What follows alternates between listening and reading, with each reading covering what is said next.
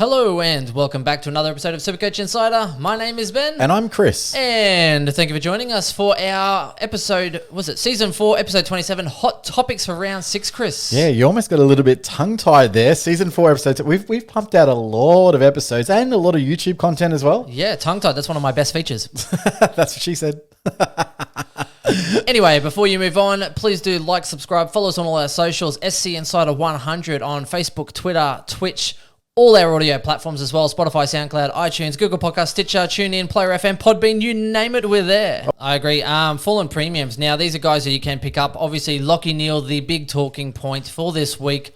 Chris, he only needs to average like 112.5 now for the rest of the year to fulfill that wager. Look, I hope he does because a sneak preview into the other podcast is that I'm probably bringing in Neil this week. So, yeah.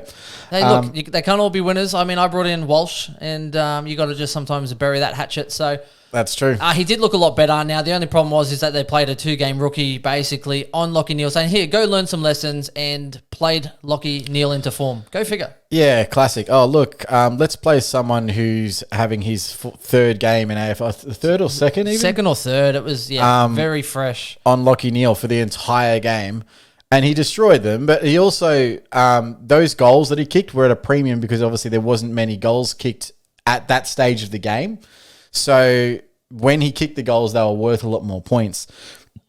Do I think that he's got those scores in him? Yeah, he's Lockie Neal.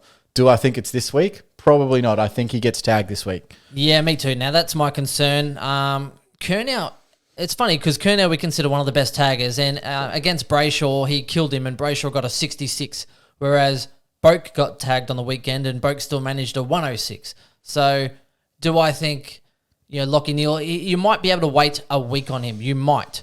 If you don't have the cash, you're kind of hoping, okay, maybe I'll set up a couple things. I don't think he's going up too much in price between now and next week. Even if he hits a 120, 130, with a break-even of 98, he goes up, 10, 15K? And then has quite a low break-even. Yeah, it's not... Then it's... Yeah, so 2 weeks is panic stations if he has another big week. If he goes around 100, you've probably got 3 weeks. You can buy yourself a little bit of time. The only reason that I'm kind of forced into Lockie Neal because unfortunately, I have enough for Neal but not enough for Clary, which is the most frustrating thing of all time. Yeah, you spoke about trying to pull it last week, and then you're like, oh, he's going to drop, and your fear was to be short. I didn't think Clark would be dropped completely, which is my trade out for Lockie Jones. I could do it if I go to Rihan.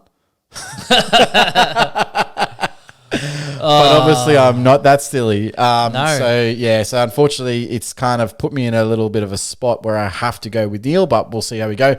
Bonds looked impressive again, but these score fluctuations every single week. Can you deal with that as an owner? I think you could, because when you're high, you're high, and when you're low, you're low. He's going to fluctuate, but it's an interesting one for me. He's 590K, break even at 96. He's averaging 113.6. Very similar to Oliver. Same kind of price. Oliver's $1,000 more, break even slightly higher, but averaging 113.4. Difference is that Oliver got tagged to have that low score. Bont just goes low and then absolutely tears the fire out. So, well, I mean, the thing with the 3 guys we have mentioned is they're all tag possibilities. So Neal, Bont, Oliver, they're definitely going to be going up in price, but they'll probably have another low score soon when they get tagged again because tagging's back in vogue. And they drop again, and they're probably going to be somewhere between that, say 580 to 620, I think, most of the season. So yeah, now I don't think they're going to be ungettable. No, I don't think so either. And the good thing is with these fallen premiums, you try and, after they have a couple of bad games, they're still averaging well. They've had dropped a couple of low ones, their price drops, so that's the time to kind of get on. Whereas a lot of people tend to do it the opposite. People go nuts and go 150, and everyone's paying a mozza to try and jump on. Whereas these are the people you want to look at. Now, the next one, obviously, Clint Oliver, I said for me, Lockie Neal and Oliver are number 1 and 2. Bontempelli, if you have the cash and you've got those players already, I would be looking definitely at him at some sort of stage through the season. The problem with Bont is that if you already have Neal, already have McRae, it starts to be a buy structure worry. Yep, good spot. So I really like Bont, but I'm actually more looking at him after the buy as a potential if I can't get up to, say, a Steele. If Steele's still hovering around that 650 and I might not be able to get him, you got to look towards Bont or someone like that. Yeah, I'm waiting for Steele to drop an 80 out. So yeah, and I think that will happen. Oh, so do I. He's had some games of 19 to 21 touches, but I think one of them 21 touches, 3 goals, so he still scored a 120. So waiting for that game. Look, Saints suck. Like, what's happening with the Saints? Hey, oh man, like every time you get excited, start of the year, they've got some great free agent guns. All of a sudden, they start playing football. Yeah. Oh, when the Saints can pack it in. When the Saints can pack it in. Oh, they wish to play in some finals. Oh, when the Saints go packing in. Well, that was pretty good. That was impromptu. That wasn't even planned. You're welcome. Copyright 2021.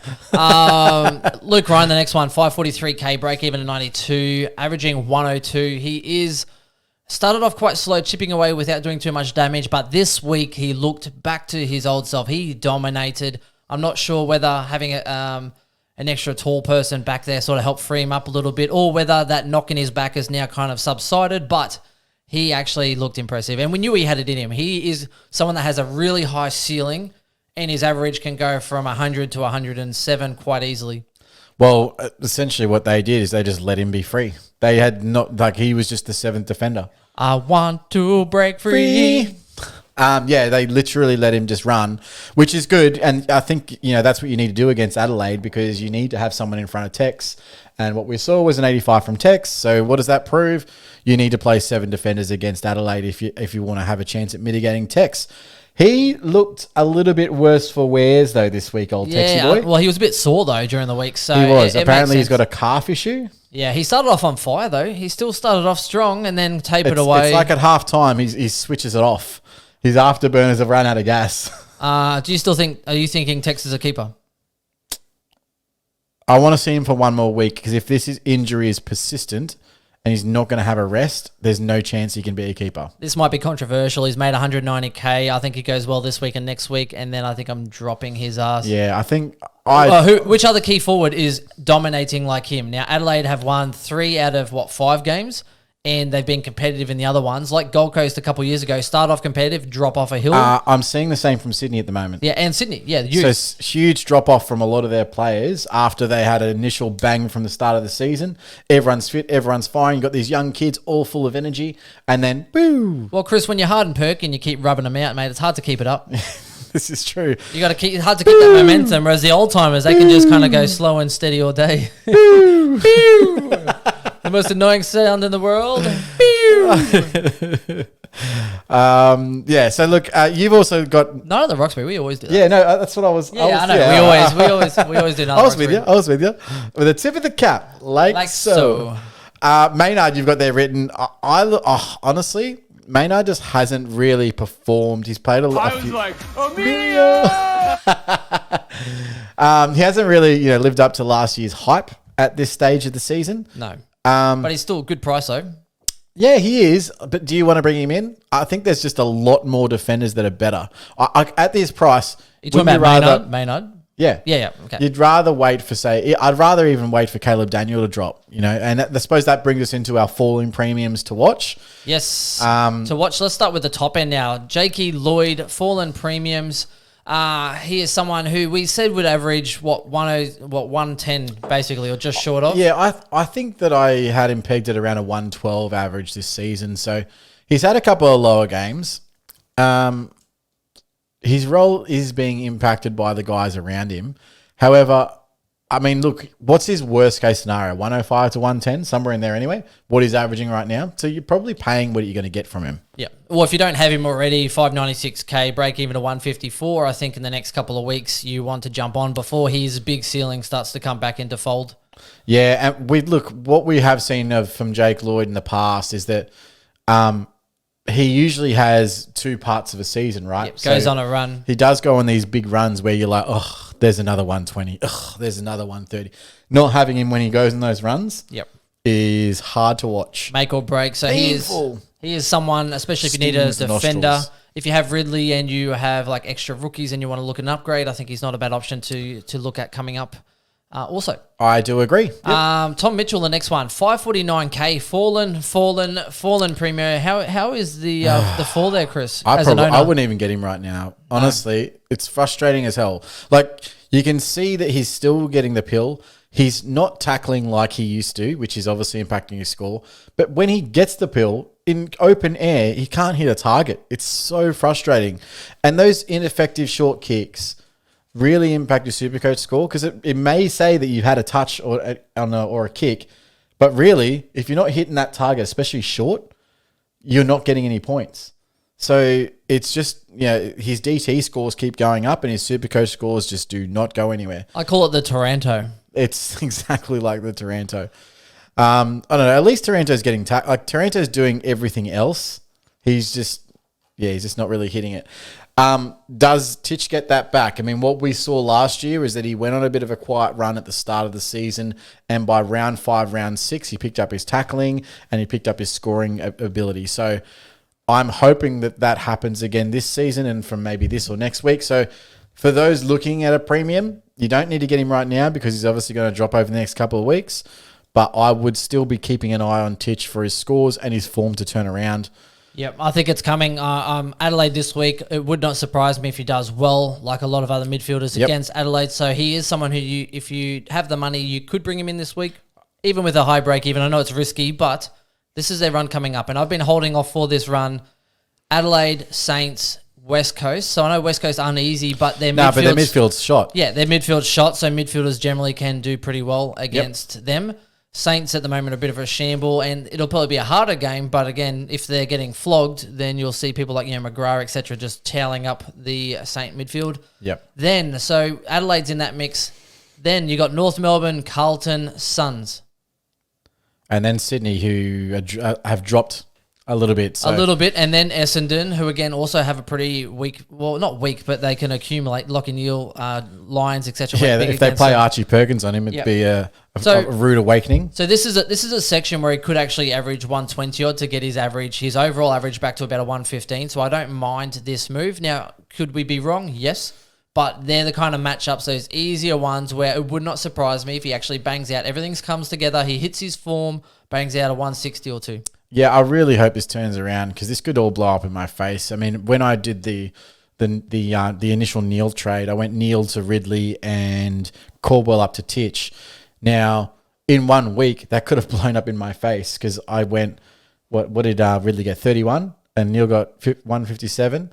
So I automatically lost 120 something points there.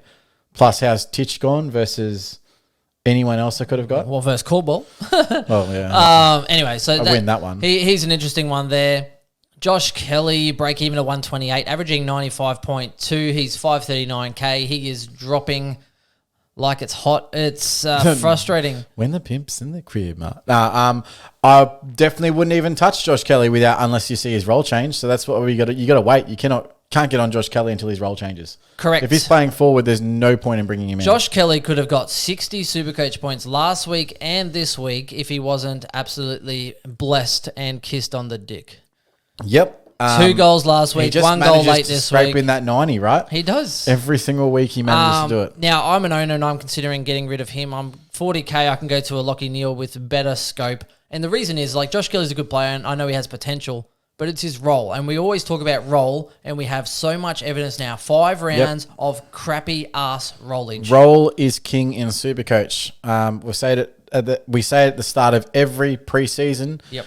Role is everything. So if he does not have the role, you got to get rid of him. He's just costing you points every single week, and he just continues to bleed cash. And look, now, I get if that role changes, then you can look at something different. But maybe they need some of their contested, ball winners to get injured or something like they have already. But they just keep putting more. But I guess they've just got more of them though. They have more. Well, they have more contested ball winners. Yeah, your Hoppers and your Tarantos and Callum Ward could go in there. So they're able to replace that, but they don't have anyone that can actually run a lot of the day. Run and spread is what they really lack. And he's still getting the ball, but the problem is it's all uncontested. It's all out wide. His heat map is literally just it's like a landing strip on the or a highway or a landing strip at the airport because it's just one straight line down one side and then back coming the other way. Yeah. Plays one side. He plays up and down from the half forward flank. So he hits the logos and then wheels back around and comes back the other way. I'm hoping that if Whitfield plays, I reckon Whitfield would look for Josh Kelly and actually be able to hit Josh Kelly, and that's the only way his score will improve. They would do all right with a good user in their team. They could. Next one, Chris. Brayshaw. So obviously Brayshaw was tagged twice. Actually, he was tagged in the back end of this game as well, but still managed to hit 118, I think it was. I like Brayshaw. I don't hate him. There's Chera is now out for 3 to 4 weeks, I think. Yeah, they thought syndesmosis, but I don't think it's that bad, so No. he'll still miss a few weeks. So, there's one thing that says to me is that Fife's probably going to play more midfield in the next coming weeks. He's going to be huge. I wouldn't say to get on Fife if you don't already have him, because that he's then going to move more forward. You know who Fife does well against? Everyone. North Melbourne, every time. He'll score well, don't get me wrong, but if you have him sneaky VC into Gorn for me this week, I think he's going absolutely nuts against Dawn. He's already missed 1 game, so he's got 3 more games to miss this year. So yeah, maybe. So see how you go. But yeah, I think Brayshaw, unfortunately, he is copping attention from taggers because he can be so damaging. I don't hate him at 482k. He's still got a break even 117, so you don't have to bring him in this week. But yeah, he's one to watch. He is one to watch. Now, here's his benefit, though, is that he has had 3 scores over 117. The problem is he's had 2 absolute stinkers where he was tagged, which brings his average down to 97. So in league matchups, it could actually win you a league. I know some players in my league tell you what, this one player in my league, shout out to you, Shane, mate, if you're there, because you have been listening, and he commented on, I think, your bad puns and you ripping on me last week. My puns aren't that bad. He had Mundy, he had Brayshaw, and he had someone else, and just absolutely raked. He had Mundy. He raked it in this week. So you have Mundy from Sunday to Monday. Wait, that's just one day. Anyway, but yeah, look, there are some matchups. If you're playing for league, then there are some matchups that can do well. Yeah, look, I just think if you're playing for overall, you're selling yourself short getting a Brayshaw if you've already got a Walsh and you've already got a Taranto, or if you've already got a Josh Kelly. Anyone that's underperforming, you don't want another spud in your farm. Yeah, there's every chance he drops a 70 or an 80 or whatever on any given week. I just think if he's your M8, you're in a good position. But if he's not going to be in your M8, then I don't think you can afford to carry him as in your final team. So there's just so many really, really, really good performing mids this year, and they're all within reach because we've got these extra trades based on the extra forward premiums that we just got gifted at the start of the season. So Brayshaw, decent in if you really need desperately to get someone at his price point, but I wouldn't recommend him 100%. I agree. Dusty Martin, 521k, break even to 125. Someone who you can probably jump on in the next week or 2. He will drop to a nice price point, probably 500 or just below, hopefully. He's going down. He'll be under 500 in a few weeks. Now, quick disclosure. So he is averaging 108.6. His 3-round average, though, is 88.3, which is basically off his last couple of rounds. Quick disclosure. I don't know. People read things, but it depends on how you read them. It's the tone that's involved. We are not a news page. We are not journalists. When we post stuff online, you went fucking nuts on. Oh no, on Twitter, and I'll explain that. But as in, we are not news journalists. We are not an advice page. We give advice, yes, but we're an opinion page. We give opinion. We give advice based on. We're pretty good at giving opinions too. Based off our opinion, but we're not. We're just 2 blokes that get together and speak some crap. We are not journalists. We are not a news article. We are not an advice page where we get paid for this. And people are like, oh, a news page giving this advice or ripping shit on someone. I'm like, mate, do you even know us? Do you even know the game? So yeah, look, we that's a quick disclosure now. Now, Dusty Martin, he butchered it quite a bit, and turns out I actually needed to know a little bit of something about pre-clearance ball, which I didn't know. So there you go. And I was just raging because he did not hit a target. He did not deserve to be on 40 Supercoach at halftime. I know he got the ball a lot, but then you look at, say, Titch, who gets the ball a lot and still butchers it, absolutely gets towed up. Every other person who butchers it has a shit score. And then Dusty gets inflated to 41, I think it was, at halftime. Yeah. And I went on a rampage. I'm like, how does a guy with 6 effective disposals out of 15 score so well? Now, after I ran on that rampage, Dusty actually comes out and performed really... His second half was a little bit better. Well, I thought his second half he had much more impact, and he actually kicked some goals and hit some targets, went long into the 50, but I would have been... His second half would have been adequate to get him... 50 points or so is what he got him. 50. Well, I think even more. He could have got 60 points for that second half. But the problem was, I felt like then all of a sudden his Supercoach was better than his dream team. Go figure. Who butchers the ball and gets more Supercoach, first of all? And then as the game went on, he was actually more effective, kicked a goal, and then all of a sudden the dream team went higher than his Supercoach, and I was like, but he was actually better in the second half. So yeah. So I mean, go figure. He did deserve the score in the end. Where he gets, I mean, this is why Dusty can go 140 with the same game if he's just tidier. But when Cripps has a huge game, for example, all of his scoring comes from clearances and pre-clearance disposals. So anytime that there's a disposal before the ball gets cleared, that's a pre-clearance disposal. It's a contested possession, a pre-clearance disposal. So what if you butchered the pre-clearance disposal? So even if that doesn't hit a target, you'll still get points for the contested possession and the pre-clearance disposal, but you'll get a 0 for the possession. Right. But it's not negative unless it's a clanger. Okay. So but if it's out into space and then you get the clearance and you've kind of contributed to that clearance. So you might get 3 points because it's a contested disposal and a pre-clearance possession, but you get a 0 for the actual ineffective disposal. But you still get 3 points. Right. Whereas if that was effective... Number three, my lord. Number 3, my lord. If that was effective, you get like 5.5 points. Okay, fair enough. You know what I mean? So that's the difference between the two. There you go. You learn something every day. He is definitely someone you could bring in shortly. Zorko is next, 493k, break even to 118, 92.8 average. And it seems lower than it is because he has scored 3 tons from the 5 rounds, but the problem is that consistency. I'd be holding off. I'll wait for that break even to drop even more. Around that buy mark when Brisbane's draw opens up, he could downhill ski from here to China. Yeah, the thing is, there's no real forward targets that are screaming pick me, are there? No. Marshall and Danger have had injury issues, so they're kind of holding off. Yeah. Then you got Zorko and Dusty, who are probably going to drop a little bit more, and they're not really required. Side bottom still dropping. Who do you really want as a forward? And you've got Zeeble and Impey still. Yeah, you hold. Plus you got Warner. I mean, really, most people shouldn't be too uncomfortable with their forward line they're running every week. So, and most people have Dusty, remember? So yeah, they do 70%. Yeah, I can't see these forward targets being very interesting. I mean, as I said, Dangerfield. So there's news that Dangerfield might actually be injured worse than they originally thought. And it could be a couple of weeks of him out again, which is unfortunate to every single player who held him. They will be hating their life a lot. But he has a very high break even. I think he's the highest break even of the week of 193. So he's going to be dropping cash. And like I kind of thought early in the season, he's probably going to be available at about 550k. Now, it does depend on his role and what his scoring capabilities when he comes back, but we'll see how that goes.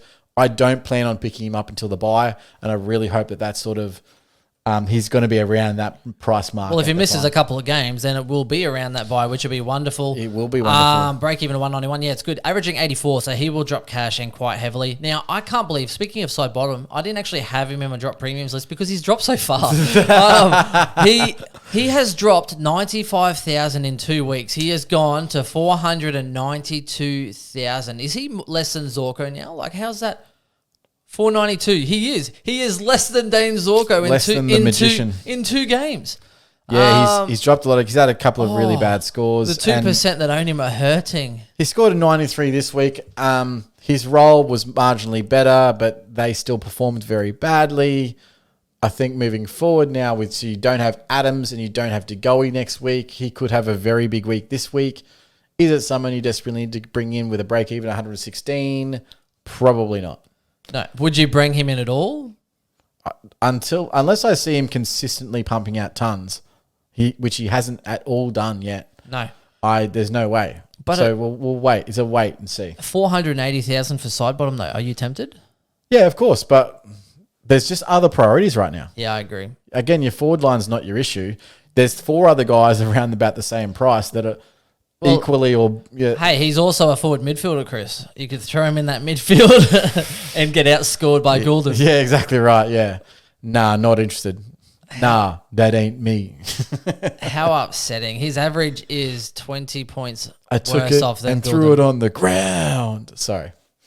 What's that a reference of? Have you not seen the Lonely Island song, Threw It on the Ground? No, but I just... dude, you're watching that after this pod. Okay, fair call. After this podcast. Okay, so now moving on to finish our roundup on this one. Caleb Daniel is next, 467k, break even to 159, back this week, assuming he's not dropped. Assuming he can't actually get into the squad. Yeah, maybe. Hey, you know what? Maybe it's like those things when you actually get kicked out, and then when you come back, they make you do all these checks and clearances, and maybe he realized that there's a height requirement, and they actually have one of those like ride things out the front of the club. You leave a club to go get a water, and then you come back in like, oh no, ID please, mate. No, you're like, I was literally just in here the whole time. Sorry, mate, you're only allowed in here if you're over 18. Or it's like The Office where they change the photo of him around. He's like, I literally have been here the whole time. Yes. He's like, ha, and it's a photo of him and with his wife. It's like, what? That's so good. I love The Office. Well done. Yeah, it'd be like that. That's a good reference. Thank you. You're welcome. And so Caleb Daniel averaging 72. He has had a 107 and a 96 in those 4 rounds, but obviously stunk up the couple. Again, I think there's so many performing defenders at the moment. I think I'm with you. I'd probably prefer him over Maynard. And again, he's going to drop down cheap. If he gets to close to 400,000, would you be tempted if you were struggling? If you missed all the boats and you're strapped on cash, you've missed some rookies, you could do a lot worse. I mean, yeah, but not this time of the season. So the only time you're really going to want a 400K premium is maybe at the end of the buy, you've got no more cash cows making you money and you just desperately need to get someone off the field. Bang. There you go, 400K premium. So it's done. about timing. Yeah, you're not going to bring a Caleb Daniel in at 400K when he's averaging 72. Yep, there you go. You heard it here first. Why buy the milk when you can buy the farm? I don't get the reference, but okay, let's go to Mills. Well, why buy someone crap when you can go and buy someone Why go out for burgers when you got steak at home? Touche. Callum Mills, now this is an interesting one. Very interesting. Break even at 137, so he is now starting to drop cash. He is still averaging 105.4, obviously inflated by the high ceiling that we know he has. And he did this last year as well. It's not too dissimilar. Started off with a 154, 93, 109, 87, 84. I think 80 is probably around the floor for him this year. Yeah, I mean, he's proven he's got a high floor. Does he have a consistent high ceiling? And that's what we don't see right now. Still considering him for that last spot in my defense if Whitfield doesn't get up. I mean, Whitfield's supposed to be coming back, I think, next week. Could be as early as next week, which means we've got 3 weeks. So around about that time, if we eye off Whitfield and we say, yep, he's a must-have, or we say no, Mills could come into calculations then for me. I feel like I'm scarred by Cameron.